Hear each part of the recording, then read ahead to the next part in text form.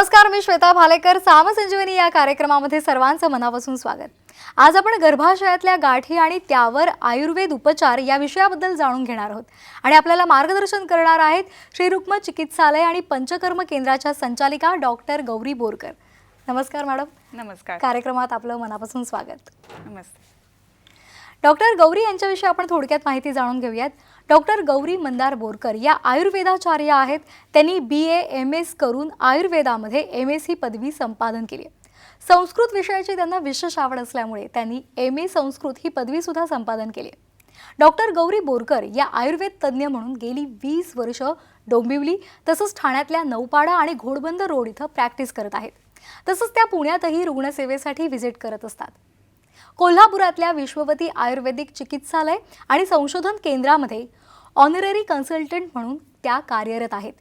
सांध्यांचे आजार, पाठीच्या मणक्यांचे आजार असतील किंवा हृदयरोग, मधुमेह, पाळीच्या तक्रारी, वंध्यत्व असेल, या सर्व रोगांच्या चिकित्सेमध्ये त्यांनी विशेष प्रावीण्य मिळवले.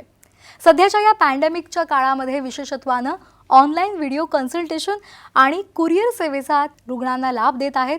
डॉक्टर गौरी बोरकर यांची जलगाथा, त्रिदोषांतक विडा आणि इनफर्टिलिटी ही पुस्तकंही प्रसिद्ध झालेली आहेत. डॉक्टर गौरी बोरकर यांना वैद्यनाथच्या वतीने धन्वंतरी पुरस्कार, ठाणे रत्न पुरस्कार आणि 2021 सुश्रुत अवॉर्ड, आयुर्वेद आयकॉन पुरस्कार सुद्धा मिळाले आहेत. आयुष दर्पणतर्फे आयुष स्त्री पुरस्कार अशा अनेक पुरस्कारांनी त्यांना सन्मानित करण्यात आले. डॉक्टर बोरकर यांच्या दवाखान्यामध्ये आयुर्वेदिक डॉक्टरांना प्रशिक्षित सुद्धा केलं जातं. तर मग आज आपण माहिती घेणार आहोत गर्भाशयातल्या गाठी आणि त्यावर आयुर्वेद उपचार. मॅम, आपण नेहमी बघतो की अशा तक्रारी या सध्याच्या काळामध्ये थोड्याशा वाढताना दिसत आहेत.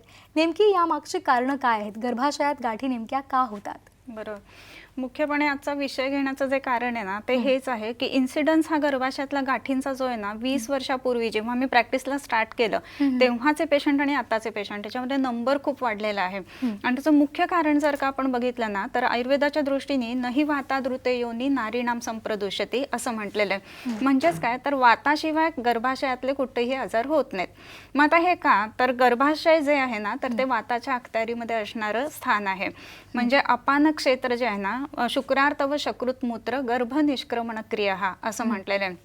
म्हणजे मलमूत्र विसर्जन व्यवस्थित करणं, गर्भाचं बाहेर गर्भाला येऊ देणं, हे सगळे जे कार्य आहेत ना, ही अपानाची आहेत. आयुर्वेदानुसार पंचप्राण आपल्या शरीरामध्ये असतात आणि त्या 5 प्राणांपैकी जो अपान आहे तो महत्त्वाचा या दृष्टीने, की विसर्जन करणं या दृष्टीने. पण आत्ता जर आपण बघितलं ना, तर आपल्या बऱ्याच वेळेला असं असतं की आपलं कार्यबाहुल्य असतं किंवा मीटिंग्स असतात किंवा काही विशिष्ट गोष्टी असतात की जेणेकरून आपल्याला युरिनेशनला जायचं आहे पण अडवलं जातं, मोशनला जायचं आहे पण अवेलेबिलिटी टॉयलेट्सची नसते. ह्या सगळ्या कारणांमुळे काय व्हायला लागतं, वात आहे ते विकृत व्हायला लागतो आणि त्याच्यामुळे गर्भाशयामध्ये गाठी होणं ही सुद्धा गोष्ट आपल्याला त्याच्यामध्ये दिसते. आणखीन एक महत्त्वाची गोष्ट मला इथे नक्की सांगावीशी वाटते की रजस्वला परिचर्या नावाचा जो काही प्रकार आयुर्वेदामध्ये सांगितलेला आहे, म्हणजेच पिरियड्सच्या दृष्टीने, पिरियड्स असताना त्या स्त्रीने काय स्वतःची काळजी घ्यावी. काही दिवसांपूर्वीपर्यंत म्हणजे 1 पिढी आधीपर्यंत बाजूला बसणं हा प्रकार असायचा, पण आता तो नामशेषच झालेला आहे. काही ठिकाणी तुरळक प्रमाणामध्ये असेल, परंतु त्याचा मुख्य हेतू असा होता की जेणेकरून त्या स्त्रीला विश्रांती मिळावी. आणि त्याच्यामुळं कसं आहे की ज्या वेळेला आतला जो रजम म्हणजे जो एंडोमेट्रियम शेड ऑफ होत असतो, तर त्यावेळेला ते वेअर अँड टेअर आहे ते भरून बाहेर पडावं आणि नवीन एंडोमेट्रियम चांगलं तयार व्हावं, ह्या दृष्टीने ती रेस्ट गरजेची असायची. पण आता असं होतं की नाही, मला हे काम आहे ते काम आहे, किंवा वेगवेगळ्या आपण जाहिराती बघतो टीव्हीवरच्या आणि सगळे दिवस आपल्याला नाही 30 दिवस काम करायला पाहिजे असं आपल्याला वाटायला लागतं. आणि मग काय होतं की वाताच्या गतीमध्ये विकृती यायला लागते आणि मग हे वेगवेगळ्या आजारांकडे प्रवृत्ती व्हायला लागते. आणि मग आपल्याला समजत नाही की पूर्वी काय एवढं नव्हतं, आता काय. मग एक मुद्दा असा मांडला जातो की पूर्वी सोनोग्राफी वगैरे काही केली जायची नाही म्हणून समजायचं नाही. पण आता कसं आहे की जर सोनोग्राफी केली तर ह्या गोष्टी समजतात. ही गोष्ट अगदी बरोबर आहे, त्याबद्दल काही नाही, टेक्नॉलॉजी आहे त्याचा भाग आपल्याला घ्यायलाच पाहिजे. पण पूर्वी तक्रारी होत्या का एवढ्या पिरियडच्या स्त्रियांना? नव्हत्या. बरोबर. मग आत्ताच्या जास्त दिसतात आणि म्हणून हे करावं लागतं आपल्याला. आणि मग सोनोग्राफी केल्यानंतर लक्षात येतं की गर्भाशयामध्ये गाठी आहेत. मग हे सगळं झाल्यानंतर मग त्याच्या उपचारांसाठी धावपळ चालू होते. मग त्याच्यासाठी एक म्हणजे प्रिव्हेंटिव्ह आयुर्वेदामध्ये स्वस्थस्य स्वास्थ्य रक्षणम आणि आतुरस्य विकार प्रशमनम असं सांगितलंय. म्हणजे पहिल्यांदा तुमची हेल्थ आहे ती मेंटेन व्हायला पाहिजे आणि एवढं सगळं करून काही झालंच तर मग उपचार घ्यायला पाहिजेत. सो ही परिचर्या पाळणं ही गोष्ट सुद्धा खूप महत्त्वाची असते आणि ती काय आहे ते आपण बघूया. नक्कीच. डॉक्टर, आपण पाहतो की आधी कसं एक साधारण वेळ असायची किंवा एज असायचं, वयोमर्यादा असायची की 50च्या वरच्या ज्या महिला आहेत त्यांना हा त्रास उद्भवायचा. पण आता सुद्धा तुम्हाला असंच वाटतं का की त्यामध्ये वयोगटामध्ये सुद्धा बदल झालेले आहेत? अगदी होय. 20ल्या तरुणींना सुद्धा गर्भाशयामध्ये गाठी होतात. रेस अगदी नक्कीच. कसं आहे ना की साधारण पेरिमेनोपॉझल एजमधला हा व्याधी असं म्हणून बघितलं जायचं की गर्भाशयामध्ये गाठी होणं म्हणजे एक साधारणपणे 40 वयाची आली की त्याच्या पुढे पिरियड जाण्याचा जो काही प्रोसेस चालू होतो तर त्याला आपण पेरिमेनोपॉझल म्हणतो. तर त्यामध्ये हे लक्षणं किंवा ही विशेष आपल्याला गर्भाशयामध्ये गाठी होणं किंवा गर्भाशयाच्या तक्रारी हे दिसायचं. पण आता काय व्हायला लागलेलं आहे की अगदी 20-25 वयाच्या ज्या मुली असतात ना की ज्या इन्फर्टिलिटी म्हणून येतात, खरं म्हणजे की त्यांना मुलं होत नाहीत म्हणून, आणि मग सोनोग्राफी केल्यानंतर समजते आपल्याला की अरे गर्भाशयामध्ये गाठी आहेत आणि म्हणून ह्या गोष्टी होतात. या गर्भाशयाच्या गाठींचे सुद्धा ना वेगवेगळे प्रकार असतात. त्याच्यामध्ये काही सबसिरोजल, सबम्युकोजल किंवा काही पेडन्क्युलेटेड असे असतात. म्हणजे गर्भाशयाच्या बाहेर काही गाठी असतात आणि मांसाच्या ह्या गाठी असतात नॉर्मली, आणि काही जे असतात ते गर्भाशयाची जी कॅव्हिटी असते त्याच्या आत पिपिन करत असतात आणि त्याच्यामुळं आतली जी लाइनिंग असते एंडोमेट्रियल ती डिस्टॉर्ट होते आणि म्हणून मग इन्फर्टिलिटी सारखी लक्षणं यायला लागतात. सो एज ग्रुप नक्कीच बदलला आहे आणि त्याचं कारण जे आहे ते बेसिकली रजस्वला परिचर्या न पाळणं आणि वाताची गती विकृत होणं हे आपण बघतोय. रजस्वला परिचर्येमध्ये काय करायला हवं तर तत पुष्प क्षणादेवम कल्याणध्यायिनी त्रिहम, म्हणजे चांगले विचार करायला पाहिजेत. हे सगळ्यात पहिलं सांगितलं. नेमकं असं होतं की पिरियड येतात ना तेव्हा चिडचिड तर हा खूप मुलींचा असतो. आणि हे का असतं तर ज्या ज्या वेळेला हे एंडोमेट्रियम शेड ऑफ होत असतं, आपण काहीही खातोय किंवा त्याच्यामध्ये दुधाचे किंवा चीज किंवा पनीर असे जर पदार्थ खाल्ले गेले ना तर त्यामध्ये काय होतं की आतमध्ये थोड्याफार जखम नाही म्हणू शकत आपण, पण पुयोत्पत्ती सदृश संप्राप्ती त्याच्यामध्ये व्हायला लागते आणि मग ते फिवरिश वाटणं किंवा जस्ट पिरियडच्या आधी अनइझी होणं, चिडचिड त्रागा होणं ह्या गोष्टी दिसायला लागतात. आणि वेळाच परिचर्येमध्ये कल्याणध्यायिनी असं म्हटलेलं आहे. सो आपले विचार जे आहेत ते चांगले असायला पाहिजे. त्याचं कारण रसापासून रज तयार होतं आणि चिडचिड केली तर रस विकृती होते. शरीरामध्ये 7 धातू असतात, रस, रक्त, मांस, मेद, अस्थि, मज्जा, शुक्र. तर त्यातल्या रसापासून रज जर तयार होत असेल आणि आपण चिडचिड केली तर रस विकृतीमुळे रज विकृत व्हायला लागतं. हे महत्त्वाचं लक्षात घ्यायला पाहिजे.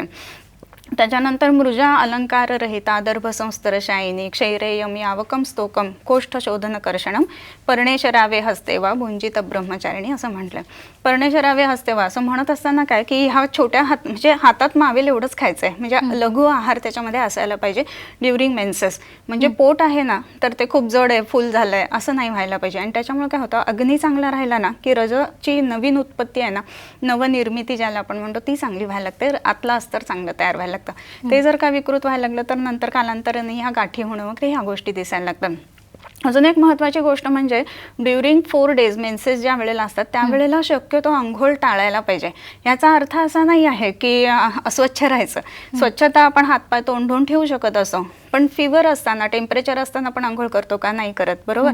सो त्याच पद्धतीनं शरीराच्या आतमधले पुयोत्पत्ती सदृश संप्राप्त्या तयार होणं या दृष्टीने आंघोळ केली तर त्रास होत असतो. म्हणून 2-2दा आंघोळ करणारे सुद्धा पेशंट आम्ही बघितलेले आहेत की ड्युरिंग मेन्सेस अगदी घाण वाटून 2-2दा आंघोळ करतात, पण ते योग्य नाही आहे. मग तिथे नुसतं हातपाय तोंडून स्वच्छता ठेवायला पाहिजे. बॉडी टेम्परेचर डिफरन्स पण खूप यायला लागतो. तुम्ही जर बघितलं असेल तर लहान मुलं जी असतात प्रीमॅच्युअर त्यांना लवकर आंघोळ नाही घालत ते 1 महिन्याचे होईपर्यंत. ह्याचं कारण त्यांचं बॉडी टेम्परेचर एकदम डाऊन होतं, म्हणजे शरीराची इम्युनिटी आहे ना त्याचा संबंध त्याच्याशी राहतो. आणि म्हणून विशेष करून आंघोळ पूर्ण सचैल स्नान ज्याला म्हणतो ना तसं ह्या 4 दिवसांमध्ये शक्यतो करायला नाही पाहिजे, सो दॅट आपण या आजारांपासून दूर राहू. अगदी अगदी अगदी नक्कीच.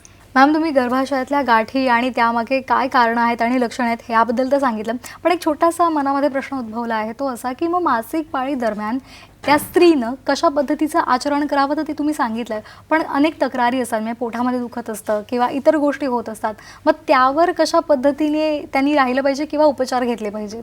अगदी बरोबर आहे. कसं होतं ना बऱ्याचदा की सुरुवातीला अगदी थोडीशी काही लक्षणं असतात, लगेच काही फायब्रॉइड होतं असं होत नाही. आणि मग तेव्हा पिरियडच्या आधी दुखणं किंवा ड्युरिंग मेन्सेस खूप जास्ती पोटामध्ये दुखणं किंवा पिरियडचं ब्लिडिंग खूप जास्ती होणं किंवा पिरियडमध्ये गाठी पास होणं, ह्या गोष्टी होत असतात. आणि बऱ्याच वेळेला एखादं पेन किलर घेऊन किंवा कुठलं तरी असंच औषध घेऊन आपण त्याला सबसाईड करत असतो आणि आपलं काम पुढे रेटत असतो. पण हे सिग्नल देतं शरीर की तुम्ही तिथे थोडंसं स्वतःकडे लक्ष द्यायला पाहिजे. सो इनर व्हॉइस ज्याला म्हणतो ना, तो आपण ऐकायला हवा. मग अशा वेळेला एखाद्या आपल्या जवळच्या आयुर्वेदिक डॉक्टरांकडे जाऊन त्यांच्याकडनं सल्ला घेऊन तपासून मग औषधं घ्यायला पाहिजेत. आयुर्वेदामध्ये ह्या पिरियडच्या तक्रारींसाठी खूप सुंदर औषधं सांगितलेत. एक दशमूलारिष्ट म्हणून अगदी सिंपल साधं औषध आहे की पिरियडच्या आधी 10 दिवस 3-3 चमचे 2 वेळेला असं जरी घेतलं ना तरी ह्या बऱ्याचशा तक्रारी दूर होत असतात. आणखीन काही महत्त्वाच्या गोष्टी ज्या आहेत ना, तर त्याच्यामध्ये समजा पिरियडला इरेग्युलर आहे, त्रास होतोय किंवा ब्लिडिंग जास्ती आहे, असं होत असताना प्रत्येक कंडिशनसाठी वेगवेगळी मेडिसिन्स असतात. सो ते निश्चितच सल्ला म्हणजे डॉक्टरांचा सल्ला घेऊन मग त्याप्रमाणे घ्यायला पाहिजेत. आयुर्वेदिक डॉक्टर्स जे असतात ना, ते वेगवेगळ्या पद्धतीची पंचकर्म सुद्धा ह्याच्यासाठी करत असतात. आणि त्याच वेळेला म्हणजे आयुर्वेदामध्ये जे विंशती योनी व्यापद म्हणून सांगितलेले आहेत की योनीच्या म्हणजे त्रयावर्ता योनी, गर्भाशय मुख आणि बीजवाहिन्या, ह्या सगळ्यांना धरून जे काही आजार असतात ना, त्याच्यासाठी विशिष्ट काही पंचकर्म आलेले आहेत. तर ती सुद्धा आपण जवळच्या डॉक्टरांकडनं करून घेतली ना, तर मग पुढे फायब्रॉइड होणं वगैरे ह्या गोष्टी होऊ नयेत म्हणून आपण खूप चांगल्या पद्धतीनं त्याच्यामध्ये करता येऊ शकत असतं. बरोबर. डॉक्टर, जर एखाद्या महिलेला हा त्रास झालाच की गर्भाशयामध्ये गाठी झाल्यास, तर त्याचा कशा प्रकारचा इम्पॅक्ट येतो? राईट. कसं आहे ना की गाठी झाली आहे हे सोनोग्राफीमध्ये समजलं की भयंकर टेन्शन येतं सगळ्यात पहिल्यांदा. आणि मग दुसरा विचार जो सुचतो हे त्या कॅन्सर तर नसेल हा एक क्वेश्चन मार्क असतो. पण तुम्हाला मला एक असं सांगायचं वाटतं की 99% जे गाठी असतात ना, त्या सगळ्या बिनाईन ह्या प्रकारातल्या असतात, म्हणजेच नॉन कॅन्सरस असतात. 1% कुठेतरी ती शक्यता असते. आणि ते सुद्धा होण्याचं कारण जे असतं ना, त्याच्यामध्ये त्याचा ब्लड सप्लाय जो असतो तो एकदम कट ऑफ होणं, नेक्रॉसिस होणं किंवा त्याचं जे आतलं टिश्यू होतं ते खराब होणं, ह्या म्हणजे लो व्हायटल टिश्यू ज्याला म्हणतो. तर हे तयार होण्यासाठीचा जो कालावधी असतो ना, तो बरेच दिवस शरीरामध्ये चाललेला असतो. मग त्याच्यामध्ये आपलं दिनचर्या, ऋतुचर्या, खाणं पिणं ह्या सगळ्या गोष्टींचा समावेश असतो. आणि एकदा का हा फायब्रॉइड झाला की त्याचा परिणाम सुद्धा शरीरावरती येत असतो. काही वेळेला खूप जास्त ब्लिडिंग होणं, काही वेळेला 2 मेन्सेसच्या मध्ये खूप जास्त डिस्टन्स वाढणं, म्हणजे 1.5 महिन्यांनी पिरियड येतो आणि खूप जास्त हेवी ब्लिडिंग होतं, असंही त्याच्यामध्ये दिसतं. काही पेशंट जे असतात, मगाशी म्हटलं त्याप्रमाणे एंडोमेटल कॅव्हिटी जर का डिस्टॉर्ट झाली तिथे, तर मग इन्फर्टिलिटी हे लक्षण दिसतं अलीकडच्या वयामध्ये. सो वेगवेगळी लक्षणं त्याच्यामध्ये आपल्याला दिसत असतात. आणि हे ज्या वेळेला गर्भाशयामध्ये फायब्रॉइड्स होतात ना, तर मग आपल्याला नॉर्मली असं वाटत असतं की पिरियडच्या वेळेला फक्त चिडचिड होते किंवा PMS ज्याला म्हटलं जातं तसं आहे. पण तेव्हा आपण लक्षणं ती सगळी आहेत ना, ती बघायला पाहिजेत की त्याच्यामुळं काय काय घडतंय आणि त्याच्यानुसार औषधं घ्यायला पाहिजेत. कसं वाटतं ना की प्रत्येक वेळेला फायब्रॉइड म्हटल्यानंतर ते निघून जायला पाहिजे, ते जिरवलं पाहिजे, हा भाग तर आहेच.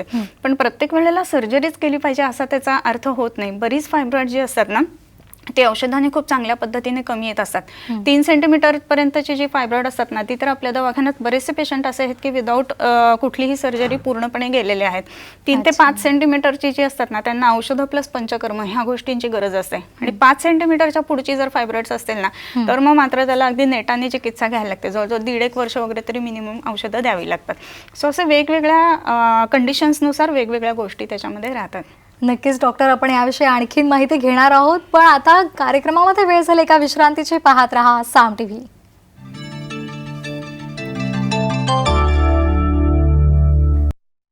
सामसंजीवनी या कार्यक्रमामध्ये आज आपण जाणून घेत आहोत गर्भाशयातील गाठी आणि त्यावर आयुर्वेद उपचार. आणि आपल्याला मार्गदर्शन करत आहेत श्रीरुग्म चिकित्सालय आणि पंचकर्म केंद्राच्या संचालिका डॉक्टर गौरी बोरकर.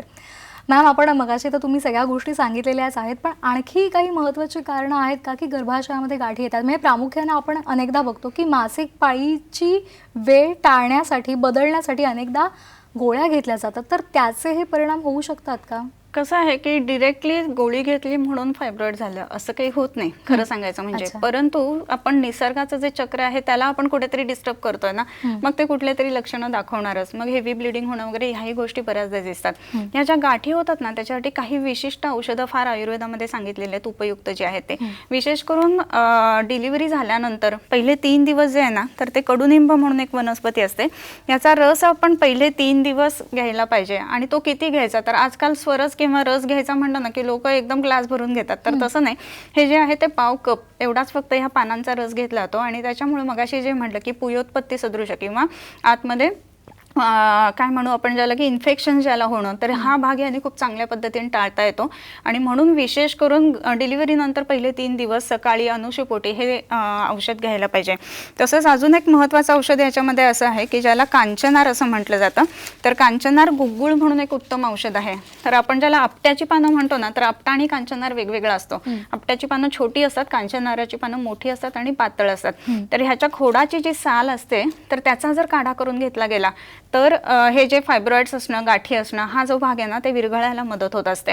इवन आता हा काढा पण किती घ्यायचा, तर सकाळ संध्याकाळ 2 वेळेला फ्रेश करून घ्यायला पाहिजे. आणि तो जो काढा आहे तो साधारणपणे पाव कप अशा पद्धतीने घेतला जातो. 1 कपाचा आटून पाव कप. याचाच एक उत्तम औषध तयार होतं की ज्याला कांचनार गुग्गुळ असं म्हटलं जातं. तर त्या कांचनार गुग्गुळाचा उपयोग सुद्धा ह्या गाठी विरघळवण्यासाठी खूप चांगला होत असतो. अशीच अजून एक वनस्पती आहे की जिचं नाव कोंबडनखी म्हणून आहे. त्या कोंबडनखीचा सुद्धा खूपच चांगला परिणाम आपल्याला ह्याच्यामध्ये दिसत असतो. कोंबडीची कशी नखं असतात ना तशा त्याच्या मुळ्या असतात आणि म्हणून त्याला कोंबडनखी गुग्गुळ म्हणतात. अजून एक गोष्ट ह्याच्यामध्ये आहे ती म्हणजे हे आपण बघतोय की पिंपळाचं झाड आहे. तर पिंपळाच्या झाडाची जी साल असते तर इंटरमिटंट ब्लिडिंग होणं, मध्ये मध्ये थोडा स्पॉटिंग होणं किंवा व्हाईट कलरचं आणि रेड कलरचं टिंज असणारं असं ब्लिडिंग होणं, तर ह्याच्यामध्ये ह्याच्या सालीचा काढा जो असतो ना त्यांनी योनी धावन केलं जातं, म्हणजे ज्याला आपण वजायनल डूश म्हणतो. तर ह्या जर का गोष्टी केल्या गेल्या तर हे डिस्चार्जेस असतात ते थांबायला खूप मदत होत असते. मगाशी मी तुम्हाला म्हटलं की ज्या वेळेला आतली कॅव्हिटी डिस्टॉर्ट होते तर त्यावेळेला खूप मोठ्या प्रमाणामध्ये ब्लिडिंग होणं हा सुद्धा भाग होत असतो. तर हे ब्लिडिंग जास्त होऊ नये म्हणून एक दुर्वा की जे आपण गणपतीला वाहतो त्याचा सुद्धा खूप चांगला परिणाम येतो. हा जर दुर्वा आहेत ना तर त्याचा स्वरस काढून त्याचं नस्य म्हणजे नाकामध्ये विशिष्ट पद्धतीने औषध दिलं जातं. त्याने हे ब्लिडिंग स्टॉप व्हायला मदत होत असते. काही विशिष्ट बस्ती पण असे आहेत की जर हेवी ब्लिडिंग होत असेल तर त्या ब्लिडिंगच्या कंडिशन्समध्ये आपण त्या देत असतो. क्षीरबस्ती नावाचा तो प्रकार असतो. आणि ते बस्ती ज्या वेळेला आपण वापरतो ना त्यावेळेला अक्षरशः 2 ते 3 बस्तींमध्ये सुद्धा पूर्ण ब्लिडिंग छानपैकी थांबलंय. तर अशा गोष्टी घडत असतात. दुर्वांबद्दल मला अजून एक गोष्ट तुम्हाला सांगायची वाटते की ज्या वेळेला आपण गर्भाशयाच्या गाठींच्या संदर्भात विचार करतो, ब्लिडिंग खूप हेवी होतं आणि त्याच्यामुळे हिमोग्लोबिन कमी होणं, त्याच्यानंतर थकवा खूप येणं, ह्या गोष्टी दिसतात. आणि हिमोग्लोबिन कमी झाल्यानंतर ह्या दुर्वाचा स्वरस म्हणजे रस काढला जातो ताजा आणि त्याच्यामध्ये रंजक घृत नावाचं एक आपण औषध बनवतो. ते जर का घालून त्याचे बस्ती दिले गेले ना तर हिमोग्लोबिन वाढायला सुद्धा मदत होत असते. दुर्वा ज्या आहेत त्या आपण गणपतीला वाहतो, आपल्याला सगळ्यांनाच माहित असतं. गणपतीचं स्थान काय आहे तर मूलाधार स्थितोस्मी असं म्हटलेलं आहे, बरोबर. तर मूलाधार चक्र जे आहे ना तर ते कटीच्या विवरामध्ये आहे. आणि कटी म्हणजे लोअर बॅक ज्याला आपण म्हणतो की त्याच अखत्यारीमध्ये हे गर्भाशय असतं. आणि म्हणून त्याचं गामित्व जे आहे ना म्हणजे गणपतीला वाहलेल्या सगळ्या ज्या काही गोष्टी आहेत ना त्याचा परिणाम आपल्याला ह्या गर्भाशयाच्या गाठींवरती किंवा असा नक्की मिळत असतो. ह्याच्याच बरोबरीनं अजून एक आता गणपतीजवळ आलेच आहे तर आघाडा म्हणून जी गोष्ट आहे ना ती सुद्धा आपण बऱ्याच वेळेला गणपतीला वाहत असतो. तर अपामार्ग क्षार नावाचं एक औषध आहे की जे ह्या क्षरण करण्यासाठी म्हणजे गाठी ज्या आहेत त्या छोट्या करण्यासाठी आणि घालवण्यासाठी म्हणून ते वेगवेगळ्या औषधांच्या सोबत आपण वापरत असतो. असा ह्या खूप वेगवेगळी औषधं आहेत. अर्थात कुठलीही औषधं घेताना कन्सल्ट करून मगच घ्यायला पाहिजे. आपले जवळपास बरेच आयुर्वेदिक डॉक्टर आहेत महाराष्ट्रामध्ये तर आपल्या खूपच आहेत. सो ह्याचा फायदा नक्की रुग्णांनी करून घ्यायला पाहिजे. डॉक्टर, आपण गेली 20 वर्षापासून ह्या उपचार पद्धतीमध्ये आहात आणि रुग्णांना बरे करत आहात.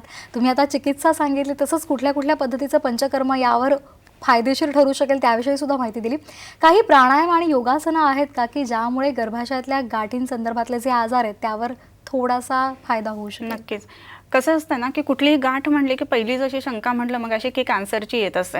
तर कुठल्याही कॅन्सरस चेंजेस का होतात तर त्याला ऑक्सिजनचा पुरवठा कमी व्हायला लागला नाही एखाद्या टिश्यूला की कॅन्सरस चेंजेस यायला लागतात. आणि म्हणून तिथे ऑक्सिजन चांगल्या पद्धतीनं राहावं, टिश्यू जे आहे ते हाय व्हायटल टिश्यू ज्याला आपण म्हणतो की चांगल्या प्रतीचं टिश्यू तयार होणं ही गोष्ट व्हायला पाहिजे.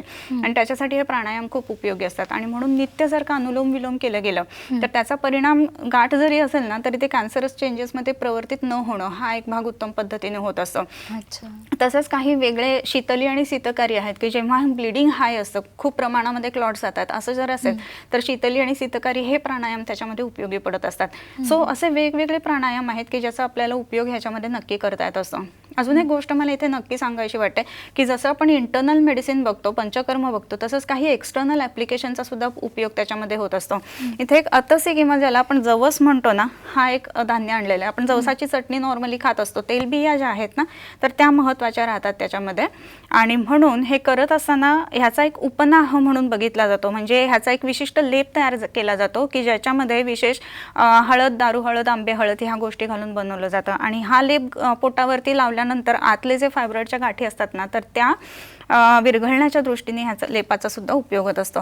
सो इंटरनल मेडिसिन घेणं, पंचकर्म करणं आणि त्याच्यासोबत आपण प्राणायाम करणं आणि एक्सटर्नल ॲप्लिकेशन्स करणं, ह्या सगळ्यांचा जर वापर केला तर ह्या गाठी उत्तम पद्धतीने आपल्याला घालवण्यासाठी आयुर्वेद मदत करत असतं. वा, खरंच म्हणजे आपल्याला मोठमोठ्या शस्त्रक्रियांची सुद्धा गरज नाहीये. फक्त आयुर्वेदिक उपचार पद्धती पण योग्य पद्धतीने जर तो सगळ्या गोष्टी घेतल्या, त्या सगळं पंचकर्म केलं, चिकित्सा घेतली तर नक्कीच रुग्णांना लाभ होणार आहे. डॉक्टर, मासिक पाळीमध्ये सगळे बिघाड होतात आणि त्यानंतर मग त्याचं पर्यवसन हे गर्भाशयातल्या गाठीपर्यंत होऊ शकतं किंवा होतं. तर मग महिलांनी आहार कसा ठेवायला पाहिजे जेणेकरून त्यांना गर्भाशय पण तंदुरुस्त ठेवता येईल आणि संपूर्ण त्यांचं जे शरीर आहे ते सुदृढ राहील, त्याविषयी काय सांगाल? आहाराच्या बाबतीत जर विचारलं ना तर एक वेगळा विषय मला नक्की इथे मांडावासा वाटतो की रानभाज्या नावाचा जो प्रकार असतो की आपण पालेभाज्या ज्या आहेत त्या किंवा आता टिपिकल ज्या भाज्या आपण खात असतो त्याच्या व्यतिरिक्त जे रानावनातनं आणल्या जातात आणि त्या रानभाज्या असतात ना त्या महत्त्वाच्या राहतात. सो ह्याच्यामध्ये कुड्याच्या शेंगा त्याची भाजी करणं किंवा कुड्याच्या फुलांची भाजी करणं, कुडा जो आहे ना तो ह्या गाठी विरघळवण्यासाठी म्हणून मदत होत असतं, म्हणून ते महत्त्वाचं राहतं. तसंच कांचनाराची जी फुलं असतात ना त्याची सुद्धा भाजी करता येत असते, अशी वेगवेगळ्या फुलांची भाजी करता येते. खूप जास्त हेवी ब्लिडिंग असतं ना त्यावेळेला अगस्ती म्हणजे हादगा जो आहे त्याच्या फुलांची भाजी सुद्धा आपल्याला करता येत असते. सो ह्या रानभाज्या ज्या आहेत ना त्या सुद्धा तेवढ्याच महत्त्वाच्या राहतात. आणखीन एक महत्त्वाचा भाग या भाज्यांच्या बाबतीत राहतो की ज्या ज्या वेळेला पिरियड्स चालू आहेत किंवा ब्लिडिंग होत आहे तर त्या वेळेला मात्र आहार हलका ठेवायला पाहिजे आणि त्याच्यासाठीचं उत्तम औषध म्हणजे मुगाचं सूप. तर आपल्याला 2-3 वेळेला आपण मुगाचं सूप जरी घेतलं ना तरी शरीरामध्ये कुठलीही संप्राप्ती पुढे न जाता ब्लिडिंग कमी येणं आणि कुठल्याही शरीरामधले टिश्यूज चांगले ठेवणं ह्या दृष्टीने हे मुगाचं सूप खूप महत्त्वाचं राहतं. सो मुगाचं सूप घेणं हा एक भाग महत्त्वाचा राहिला. पिरियडच्या दरम्यान हलकं घ्यायला पाहिजे आणि त्याच्यामध्ये खूप जास्त पुयोत्पत्ती करणारं किंवा ज्याला आपण हेवी म्हणतो किंवा हेवी टू डायजेस्ट म्हणतो अशा गोष्टी त्याच्यामध्ये नक्कीच टाळायला पाहिजेत, हे मात्र नक्की सांगू शकतो. अगदी डॉक्टर, आपण खूप छान पद्धतीने मार्गदर्शन केलं आम्हाला आणि गर्भाशयातल्या गाठी टाळण्यासाठी किंवा मासिक पाळी दरम्यान जर कुठलेही प्रकार होत असतील, आजार होत असतील तर ते टाळण्यासाठी आयुर्वेदामध्ये कुठल्या प्रकारच्या चिकित्सा आहेत आणि पंचकर्म आहेत त्याविषयी आपण खूप छान पद्धतीने माहिती दिली, त्याबद्दल मनापासून धन्यवाद. नमस्कार. गर्भाशयातल्या गाठी आणि त्यावर आयुर्वेद उपचार या संदर्भात आपल्याला आज डॉक्टर गौरी बोरकर यांनी मार्गदर्शन केलेलं आहे. कार्यक्रमामध्ये वेळ झाला इथेच थांबण्याची. पाहत रहा साम संजीवनी. नमस्कार.